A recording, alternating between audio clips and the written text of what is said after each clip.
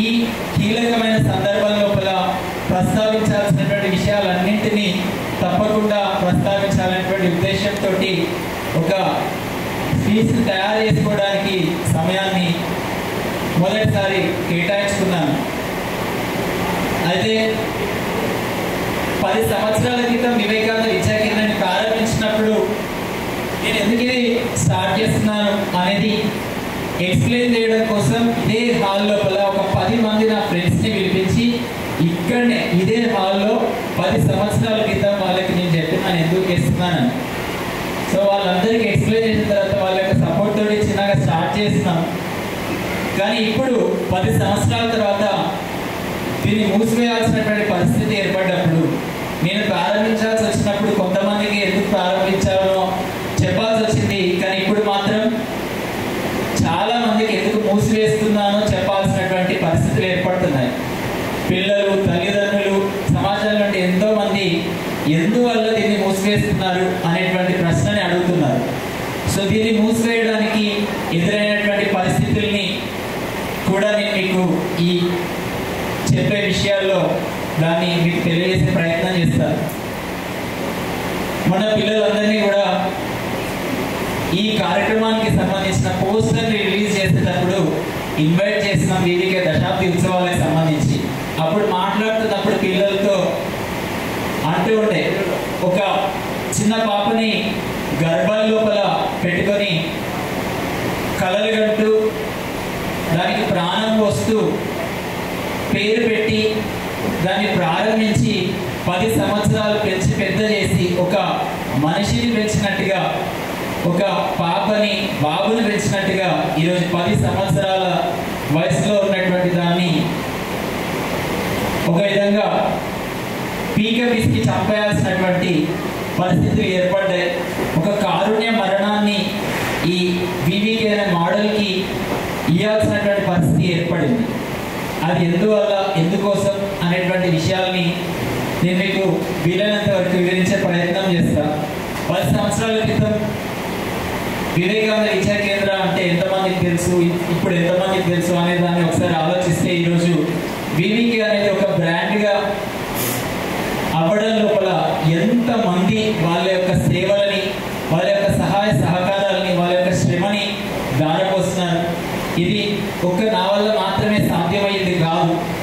దీంట్లో నాకు తోడుగా నిలిచినటువంటి వాళ్ళందరికీ ముందుగా నేను కృతజ్ఞతలు తెలియజేసుకుంటున్నాను. వాళ్ళు ముఖ్యంగా నేను ఒక నాలుగు సంస్థలకి, నలుగురికి నేను ధన్యవాదాలు తెలియజేసుకోవాలి. ఎందుకంటే గత 10 సంవత్సరాలుగా నేను చేసినటువంటి కార్యాలకి, కార్యక్రమాలకి నాకు స్ఫూర్తినిచ్చినటువంటి వాళ్ళు, స్ఫూర్తినిచ్చినటువంటి సంస్థలు, వాటి గురించి ముఖ్యంగా చెప్పుకోవాలి. స్వామి వివేకానంద నా జీవితం లోపల నాకు చాలా దగ్గరైనటువంటి వ్యక్తి. తాను సశరీరంగా మన మధ్యలో లేనప్పటికీ తన యొక్క ఆలోచనల్లో సందేశం ద్వారా పుస్తకాలను చదివినప్పుడు నా లోపలికి ప్రవేశించి నాతో ఈ పని చేయించడం నేను నమ్ముతాను. మీరు నమ్ముతారో లేదో, నేను స్వామి వివేకానందని కలిసినాను కూడా నా కలలో. ఆయన మా ఇంటికి వచ్చినాడు. నేను ఆయన చేతుల మీద ఆటోగ్రాఫ్ కూడా తీసుకున్నాను బుక్లో. కానీ పొద్దున కదా నిద్రలేసి చూస్తే అందులో ఆటోగ్రాఫ్ లేదు. అంత లోతుగా వివేకానందతోటి అనుబంధాన్ని ఏర్పరచుకొని స్వామి వివేకానంద చెప్పినటువంటి విషయాల్ని లోతుగా అర్థం చేసుకున్న క్రమం లోపల ఈ వివేకానంద విద్యా కేంద్రాన్ని ప్రారంభించడానికి స్వామి వివేకానంద నాకు స్ఫూర్తిగా నిలిచినాడు. తర్వాత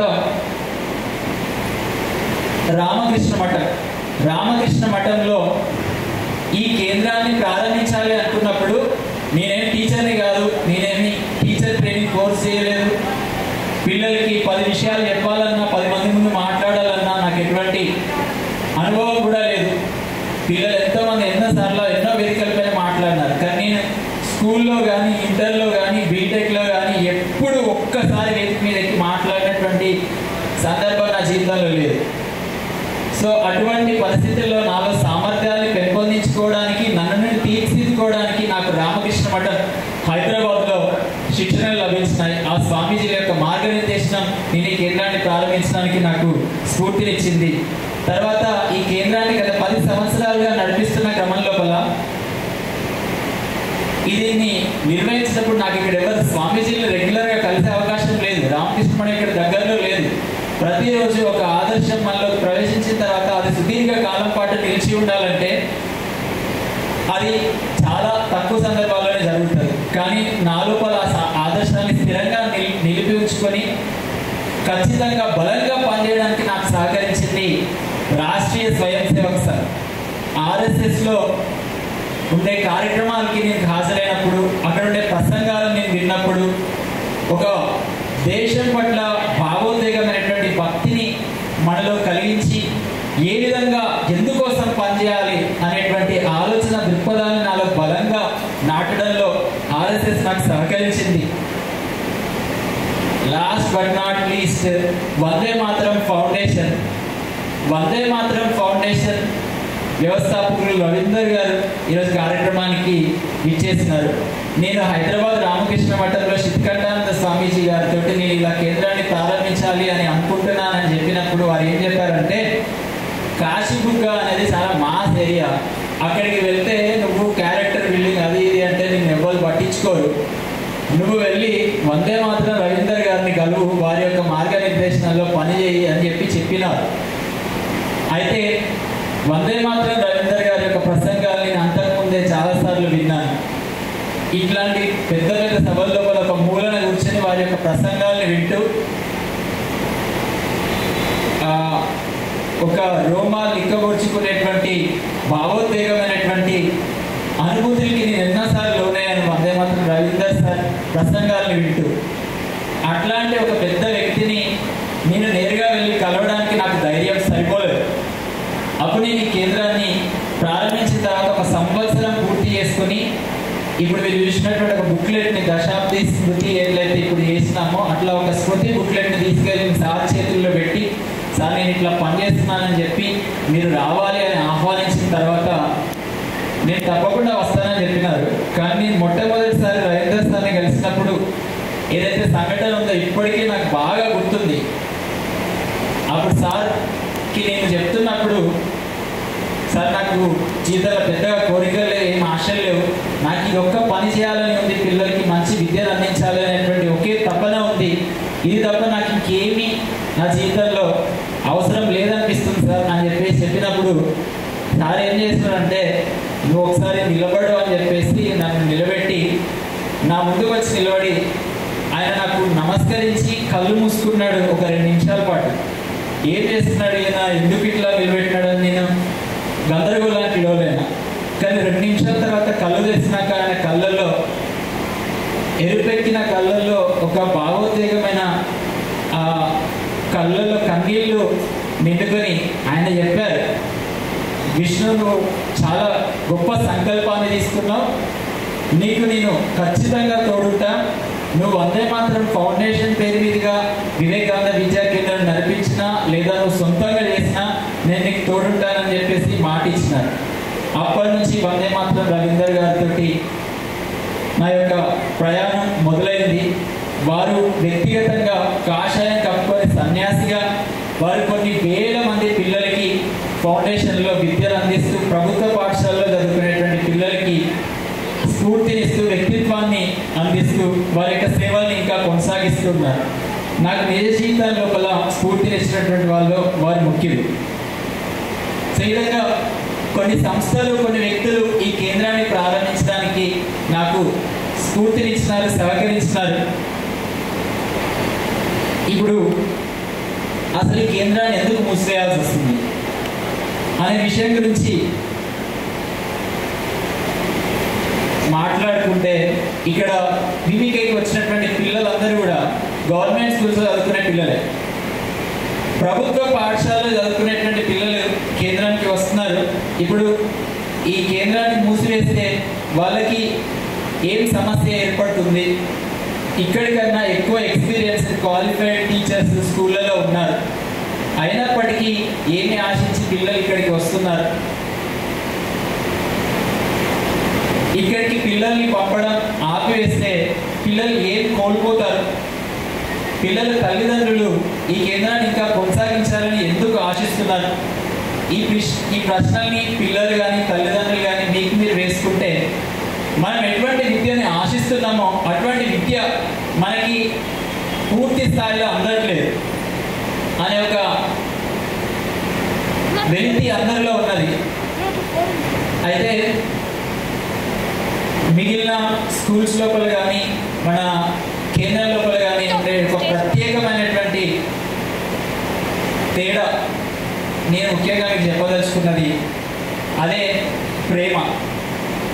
పిల్లల పట్ల ప్రేమతోటి వాళ్ళ యొక్క అవసరాలను గుర్తించి వాళ్ళకి కావలసిన దాన్ని ఇచ్చి మనం వాళ్ళకి ఏం నేర్పించినా నేర్చుకుంటారు. కానీ ఈ విధమైనటువంటి ప్రేమపూర్వకమైన అనుబంధాన్ని అన్ని చోట్ల ఏర్పరచుకోలేకపోవడం వల్ల, వాళ్ళ అవసరాలను గుర్తించలేకపోవడం వల్ల ఉపాధ్యాయులు కానీ విద్యా వ్యవస్థ కానీ అనుకున్న స్థాయిలో పనిచేయలేకపోతుందేమో అని అనిపిస్తుంది. ఇప్పుడు ఇంతమంది పిల్లలు వివేకానంద విద్యా కేంద్రాల లోపల చదువుకున్నారు, కానీ ఒక్క విద్యార్థి కూడా తన జీవితంలో ఒక టీచర్ అవుతానని అనుకోలేదు. ఇప్పుడు పిల్లలందరూ మాకు వివికే కావాలి, తల్లిదండ్రులందరూ వివికే ఉండాలి అని అంటున్నారు. ఎందుకోసం?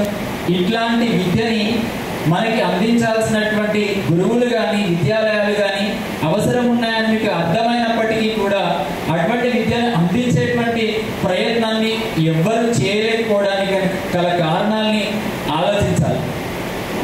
మంచి విద్య కావాలి కానీ మంచి విద్య ఎవరు అందిస్తారు?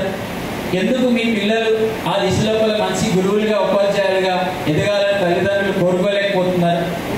ఎందుకు పిల్లలు మంచి గురువులుగా మంచి విద్యను అందించాలనేటువంటి ప్రయత్నం చేయలేకపోతున్నారు? ఆ దిశలో మీరందరూ ప్రయత్నం చేయాలని నాకు అనిపిస్తుంది.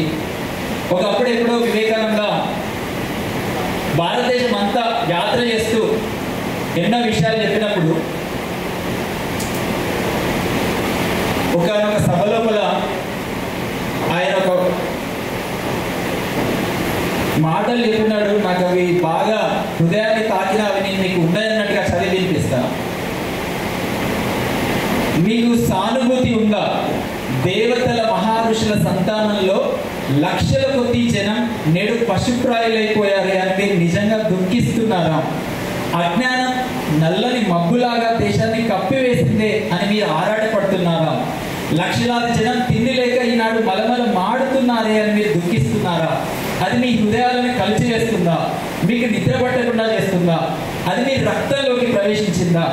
ఆ విచారంతో మీరు పిచ్చివారైపోతున్నారా? మీ పేరు ప్రతిష్టల్ని, మీ భార్య బిడ్డల్ని, ఆస్తిపాస్తుల్ని, శరీర సౌఖ్యాల్ని అన్నింటినీ మీరు మర్చిపోయారా? అలా చేయగలిగితే మీరు దేశభక్తులు కావడానికి మొదటి మెట్టున ఎక్కారన్నమాట అని స్వామి వివేకానంద భారతదేశంలో ఉన్న యువకుల్ని ఉద్దేశించి ఆనాడు మాట్లాడారు. కానీ ఒకవేళ వివేకానంద ఈ రోజు కనుక ఉంటే ఆయన ఏం మాట్లాడి ఉండేవారు అని ఇదే వాక్యాన్ని స్ఫూర్తిగా తీసుకొని నా మనసులో మాటల్ని మీతో ఈరోజు చెప్పదలుచుకున్నా. నేను బీఈడీ కోర్సులో జాయిన్ అయినప్పుడు గవర్నమెంట్ స్కూల్స్లోకి వెళ్ళి కూడా టీచ్ చేస్తాను. పిల్లలు ఉన్న పరిస్థితిని చూసినప్పుడు చాలా బాధ అనిపించింది. సో ఇక్కడ పిల్లలకి కానీ పెద్దలకి కానీ తల్లిదండ్రులకు కానీ అందరికీ ఉద్దేశించి నేను ఈ మాటల్ని చెప్పదలుచుకున్నా. ఇప్పుడున్న సమాజం లోపల స్కూళ్ళలో దాదాపు 70 నుండి 80% మంది పిల్లలు ఒక క్లాస్ రూమ్ లోపల minimum basics needs, minimum basic reading writing skills లేకుండా ఉన్నారు. ఒక చిన్న ఉదాహరణ చెప్పాలంటే 9th క్లాస్కి నేను టీచ్ చేయడానికి వెళ్ళినప్పుడు స్క్వేర్కి రెక్టాంగిల్కి తేడా ఏంటి అని అడిగితే ఇక్కడ ఉన్నారు 9th క్లాస్ వాళ్ళు 60 మంది ఉన్న క్లాస్ రూమ్ లోపల 6 మాత్రమే చెప్పగలిగినారు. అంటే 9వ తరగతికి వెళ్ళినప్పటికీ స్క్వేర్కి రెక్టాంగిల్కి తేడా తెలియనటువంటి పరిస్థితులు ఉన్నాయంటే మీరు ఊహించవచ్చు. అంటే మీకు ఎవరికి కూడా 10 సంవత్సరాలు ఇక్కడ చదువుకున్న వాళ్ళందరినీ ఉద్దేశించి నేను చెప్తున్నాను, ఈ 10 ఏళ్ళు నా జీవితాన్ని ఈ వివేకానంద విద్యా కేంద్ర పేరుతోటి పిల్లలకి చదువుని చెప్పడానికి దారపోసినటువంటి అనుభవంతో, ఆవేదనతోటి నేను మిమ్మల్ని ప్రశ్నిస్తున్నాను. మీకు బాధ అనిపించట్లేదా? రాబోయే తరం పిల్లలు 70-80% మందికి చదవడం రాయడం కూడా రావట్లేదు. వాళ్ళకి ఎట్లా చదువు చెప్పాలి, వాళ్ళని ఎట్లా పైకి ఎంతమంది పిల్లలు కనీస సంస్కారం లేకుండా విచ్చలవిడితనంతో దురలవాట్లకి లోనై తప్పుదారి పడుతూ ఉంటే బాధ అనిపించట్లేదా? పిల్లలు ఉద్యోగాలను సంపాదించుకోలేక నిరుద్యోగంతో స్కిల్ లేకుండా ఎడ్యుకేషన్ తోటి కంప్లీట్ చేస్తే బయటకు వస్తుంటే ఆటోలు నడుపుకుంటూ డీమార్ట్లలో డెలివరీ బాయ్స్గా చిన్న చిన్న జాబులు చేస్తూ బతుకుదేరు కోసం ఆరాటపడుతున్నారే, వాళ్ళని చూస్తున్నప్పుడు కళ్ళు నీళ్ళు రావట్లేదా? మంచి విద్యని సమాజంలో అందించడం లోపల ఏదో తేడా జరుగుతుందని, ఈ లోటుని కూర్చడానికి మనం ప్రయత్నం చేయాలి అని కనీసం ఒక్కరు కూడా వాళ్ళ జీవితం లోపల విద్య కోసం పనిచేయాలనే సంకల్పాన్ని తీసుకోలేకపోయినా దాని యొక్క ఒకటే కారణం, తొందరగా సంపాదించుకోవాలి, బాగా సంపాదించుకోవాలి. ఈ కొన్ని కారణాలతోటి విద్య వైపు ఎవ్వరు కూడా ఆలోచించట్లేదు. సో సమాజం లోపల వ్యక్తి నిర్మాణం కోసం మంచి విద్యను అందించాల్సినటువంటి యువత రాబోయే సమాజంలో చాలా అవసరం ఉంది. నేను ఈ కార్యక్రమం లోపల ప్రత్యేకంగా ఇక్కడ 10 సంవత్సరాల నుంచి చదువుకోవడానికి వచ్చిన పిల్లలందరినీ నా హృదయపూర్వకంగా అభ్యర్థిస్తున్నది. నాకు తెలుసు మీలో ఎవరైనా వస్తారో లేదో తెలియదు, కానీ కనీసం ఒక్కరైనా కానీ మంచి విద్యను అందించాల్సినటువంటి అవసరాన్ని గుర్తించి ఆ దిశలో మీ ప్రయత్నాన్ని కొనసాగిస్తారనే ఒక ఆశతోటి నిన్న ఆవేదన మీతో పంచుకుంటున్నా. మాట్లాడబోయేటువంటి అతిథుల్ని కూడా నేను ఆ విషయం గురించి ప్రస్తావించవలసిందిగా అభ్యర్థిస్తున్నాను.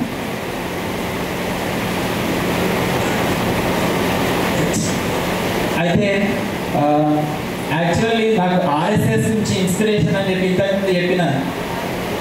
ఎట్లా అంటే ఆర్ఎస్ఎస్ నుంచి ఇన్స్పిరేషన్ చిన్న చిన్న విషయాల నుంచి పెద్ద పెద్ద వాటి వరకు నా జీవితంలో చాలా విషయాలు నాకు దిశానిర్దేశం చేసింది. ఈరోజు కార్యక్రమం లోపల నేనేం మాట్లాడాలి అనేటువంటి విషయాల్లో కూడా నాకు ఆర్ఎస్ఎస్ 100 సంవత్సరాలు పూర్తి చేసుకున్నటువంటి సందర్భం లోపల వాళ్ళ కార్యక్రమాన్ని నిర్వహిస్తున్నారు. నేను వెళ్ళినాను.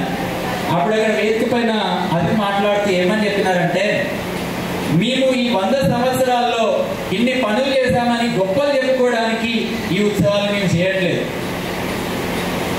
రాష్ట్రీయ స్వయం సేవక్ సంఘ్ ఎందుకోసం పనిచేస్తుంది, భవిష్యత్తు లోపల ఎందుకోసం పని చేయాల్సిన అవసరం ఉంది అనేటువంటి విషయాన్ని తెలియజేయడం కోసం ఈ ఉత్సవాలు చేస్తున్నామని చెప్పినారు.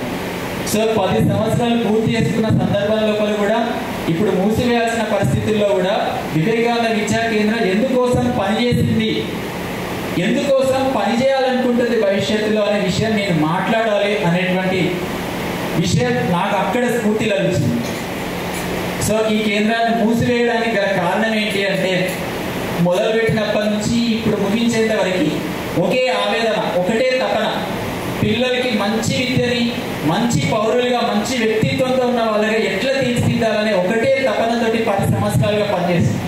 ఫస్ట్ మొదలు పెట్టినప్పుడు వీళ్ళు ఎట్లా స్కూల్లోకి పోతారు, మనం వీళ్ళ పుస్తకాలు ఉన్నది ఏం చెప్పడం అవసరం లేదు, మంచిగా రామాయణం, భగవద్గీత, దేశభక్తుల జీవిత కథలు ఇవన్నీ చెప్పుకుంటా మంచి వ్యక్తిత్వాన్ని అందిద్దామని నేను అనుకున్నా. కానీ వాళ్ళు వచ్చిన తర్వాత అర్థమైంది వాళ్ళకి చదువు కూడా రావట్లేదు, అకాడమిక్స్లో కూడా చాలా పూర్ ఉన్నారు అని.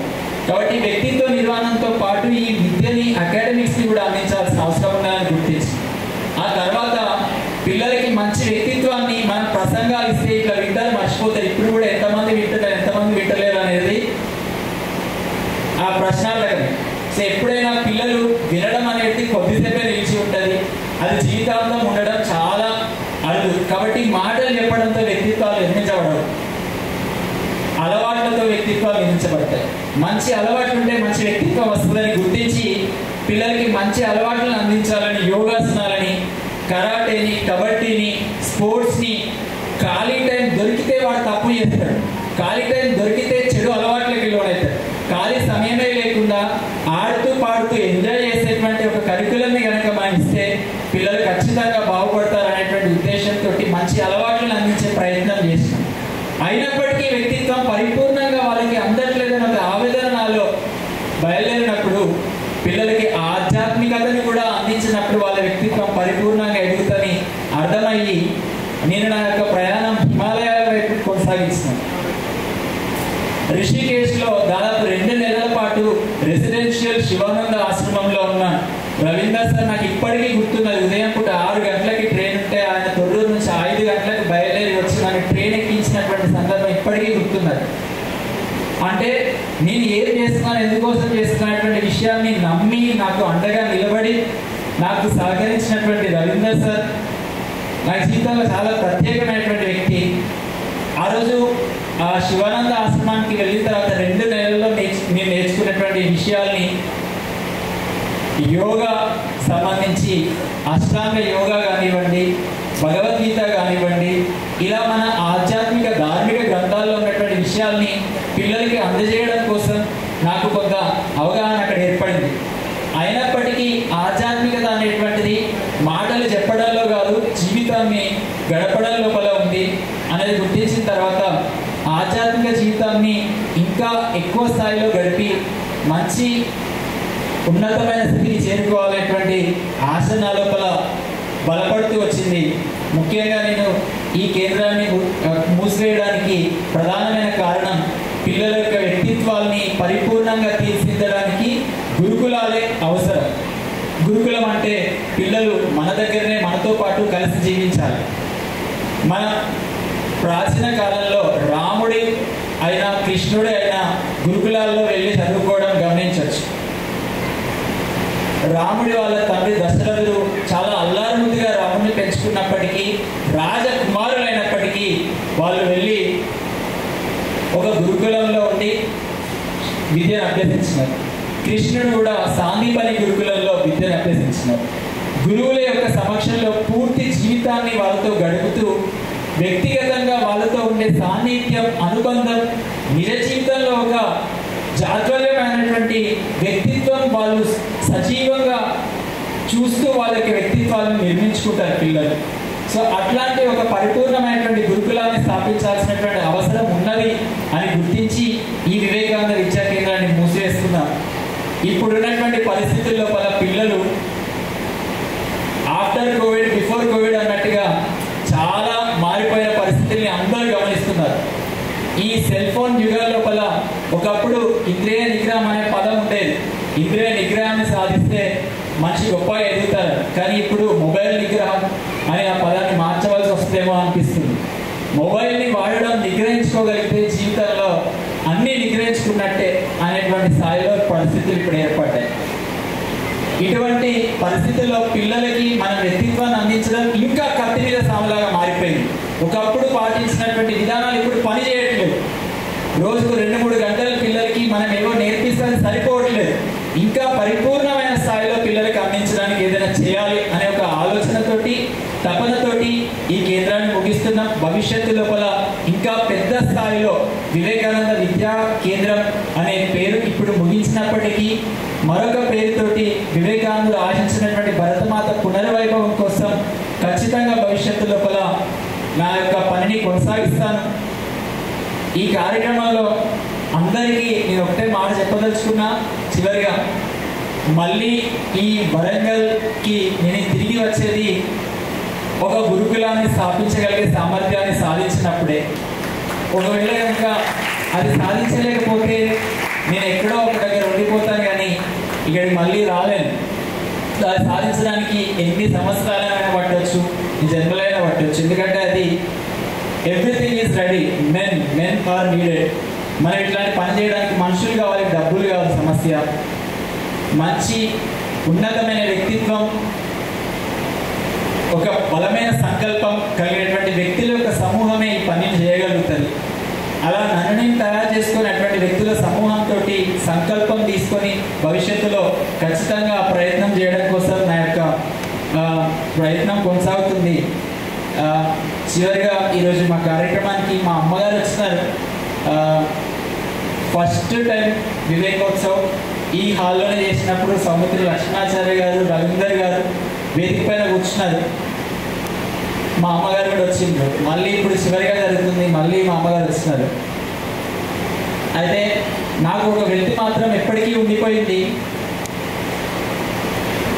నేను ఈ కేంద్రాన్ని ప్రారంభించాలనే ఆలోచన తీసుకున్నప్పుడు ఆ కుటుంబం నుంచి తీవ్రమైన వ్యతిరేకతను ఎదుర్కొన్నాను. మా నాన్నకి నాకు చాలా తగాదాలు జరిగినాయి. ఈ పనిని చేయకూడదని శాయశక్తిగా నన్ను ఆపడానికి ప్రయత్నం చేస్తారు. వాళ్ళ ఆపడానికి చేసిన ప్రయత్నంలో ఎటువంటి తప్పు లేదు అని నేను తర్వాత అర్థం చేసుకున్నా. ఎందుకు అని అంటే ఏ తల్లిదండ్రి మాత్రం కోరుకోడు వాళ్ళ కొడుకు బాగా ఉద్యోగం చేయాలని, మంచి డబ్బులు సంపాదించే పొజిషన్లో ఉండాలని, అన్నీ వదిలిపెట్టి పిల్లల కోసం ఇలా పనిచేయాలని ఏ తల్లి ఏ తండ్రి మాత్రం కోరుకుంటారు. ఇక్కడికి పనిచేయడానికి నాతో పాటు కలిసి పనిచేసినటువంటి ట్యూటర్లు మీరు చెప్తే ఆశ్చర్యపోతారు.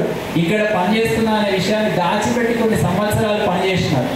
వాళ్ళకి ఇంట్లో తెలియదు ఇక్కడ పనిచేస్తున్నారని చెప్పి, బయట హోమ్ ట్యూషన్లు చెప్తున్నాం వేరే పని చేస్తున్నాం అని చెప్పేసి అబద్ధం చెప్పి ఇంట్లో ఇక్కడ పనిచేస్తున్నారు.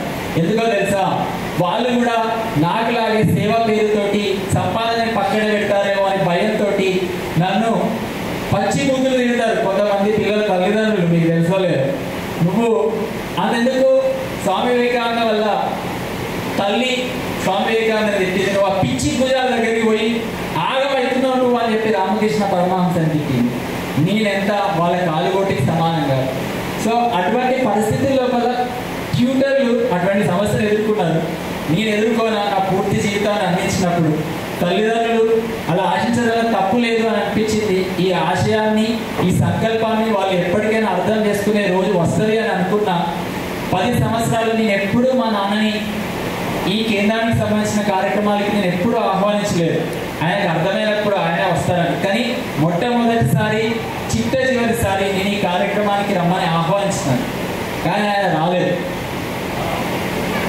అది కొంచెం బాధ కలిగించినప్పటికీ నేను మా నాన్న చెప్పిన మాట ఒకప్పుడు ఎప్పటికైనా మీరు నన్ను కన్నందుకు నన్ను గర్వించే స్థితిలోనే నేను ఉంటాను, కానీ మీరు తలదించుకునే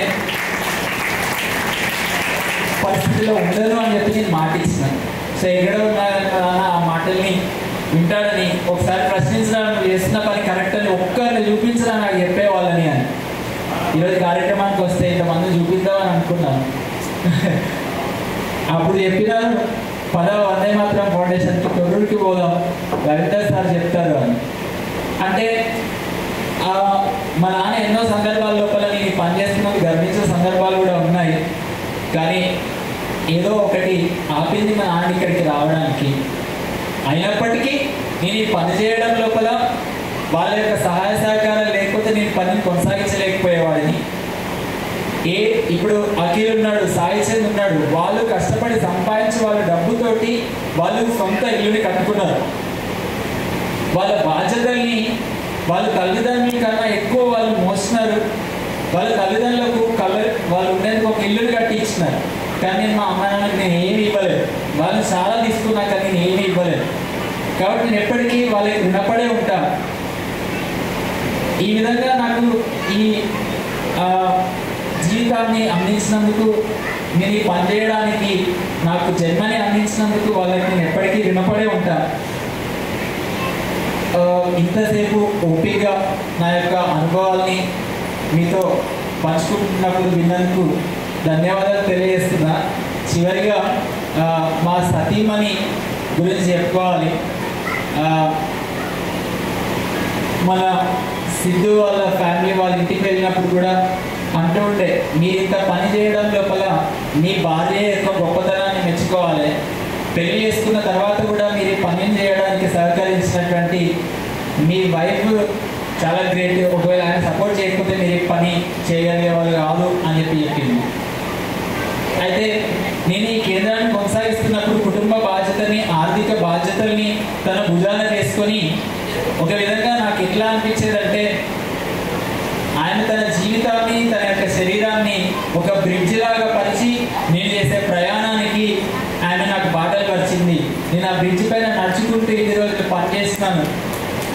ఆమె తన శరీరాన్ని తన జీవితాన్ని గవర్నమెంట్ లోపల పనిచేస్తూ అప్ అండ్ డౌన్ చేస్తూ ఆమె ఎన్ని రోజులు అలసిపోయి ఇంటికి వచ్చినటువంటి సందర్భాల లోపల ఇంతవరకు నేను ఒకసారి కూడా ఆమెకి ఒక చీర కూడా కొనేయడానికి దగ్గర డబ్బులు కూడా లేదు.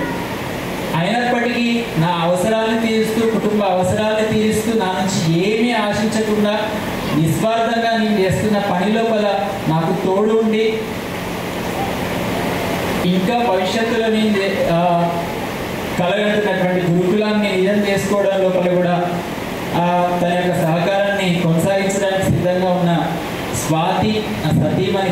హృదయపూర్వక ధన్యవాదాలు తెలియజేస్తున్నాను.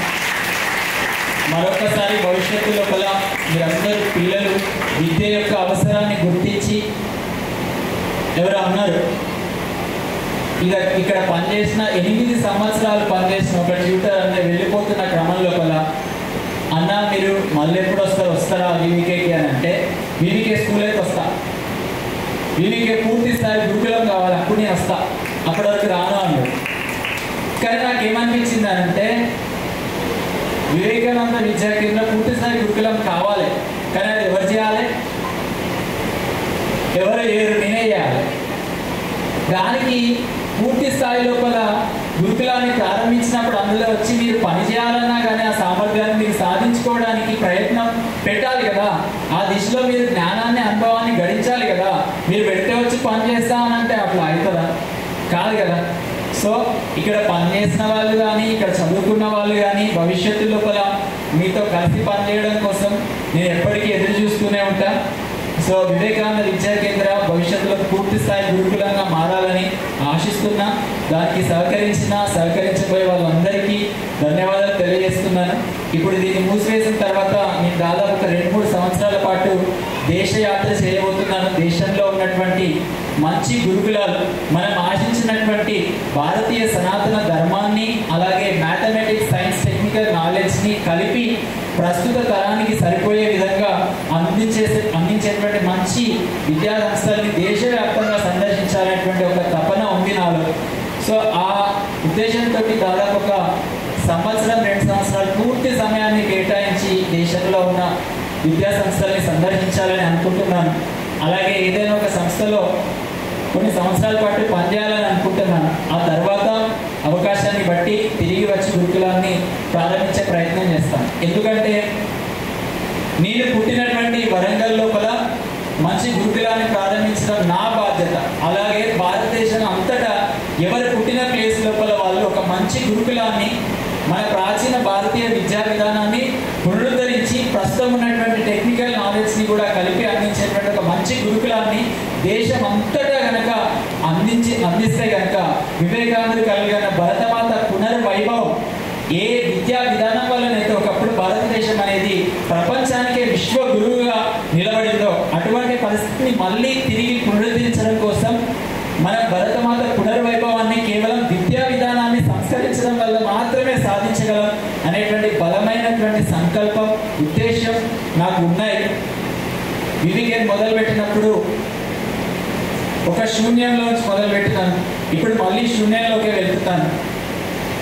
ఖచ్చితంగా భవిష్యత్తు లోపల మళ్ళీ బలంగా తిరిగి వస్తాననేటువంటి మాటని ఇస్తూ సెలవు తీసుకుంటున్నాను. ధన్యవాదాలు.